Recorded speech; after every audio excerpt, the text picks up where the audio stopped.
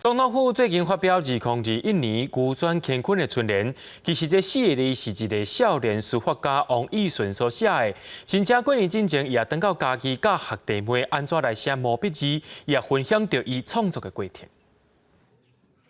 专心咧教国中的学弟甲学妹写毛笔，甚至亲身写互因看。王义顺虽然毋是学校的老师，也毋过伊所写的字，互总统府选做今年送互民众的春联。感觉说不会说那么的受那种拘束感，感觉很潇洒、很自由，发挥自己的想法。含义就是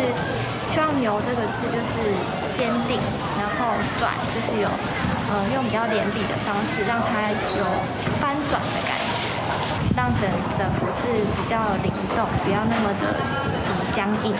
即马国立读台湾艺术大学的王义顺，是家己市南塘国中毕业的校友，家己是政府教育处表示。因为王同学的作品，互总统府选做2021年春联创作书法家，所以学校特别邀请伊回来分享创作的经验。请学姐们来指导我们学弟妹非常重要的一件事情，就是除了典范学习之外呢，还有更重要的是学习那份坚持的精神。因为他年轻就有自己的独立的思想，他不像老前辈是很稳当，他会从写的过程去体会，还有他年轻的思维跟我们老一辈的不一样。